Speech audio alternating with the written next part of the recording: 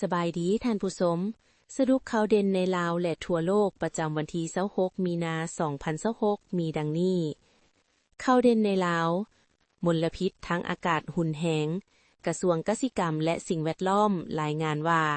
ค่าฝุ่นละเอียด PM 2.5 ในหลายแขวงพุ่งสูงเกินมาตรฐานโดยเฉพาะอยู่แขวงจำปาสักวัดแทกได้สูงถึง123ไมโครกรัมต่อเม็ดก้อน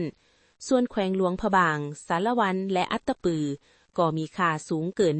100ซึ่งส่งผลเสียต่อสุขภาพ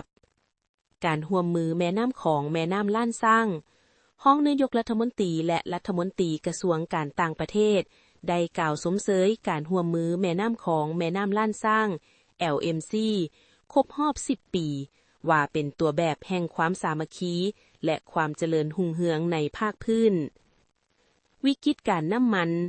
บริษัทน้ำมันเสื้อไฟลัดลาวและบริษัทปตท.ลาววางแผนนำเข้าน้ำมันกัดสวน14ล้านลิตรเพื่อแก้ไขปัญหาการขาดแคลนภายในประเทศขณะเดียวกัน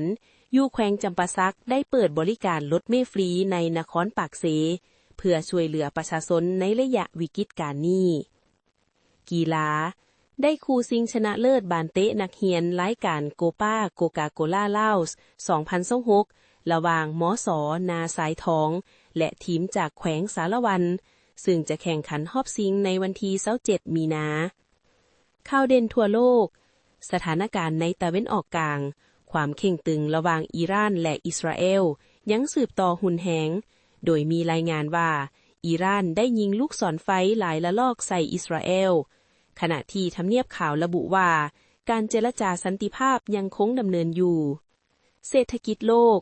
ตลาดหุ้นในอาซีส่วนใหญ่ปรับตัวลดลงและราคาน้ำมันปรับตัวสูงขึ้นอีกครั้งเนื่องจากความบ่แน่นอนของสถานการณ์สงครามในอิหร่านเทคโนโลยีและสังคม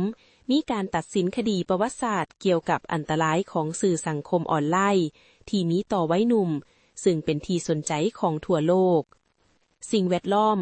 กองประชุม Boao Forum for Asia 2026ได้เริ่มขึ้นที่ประเทศจีนภายใต้หัวข้อการสร้างอนาคตร่วมกันและการซอกหากาลโอกาสใหม่ๆถ้าท่านมักอยากจะได้รับฟังรายการนี้ประจำวัน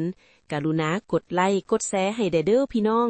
พบกันใหม่ในมื้ออื่นโชคดี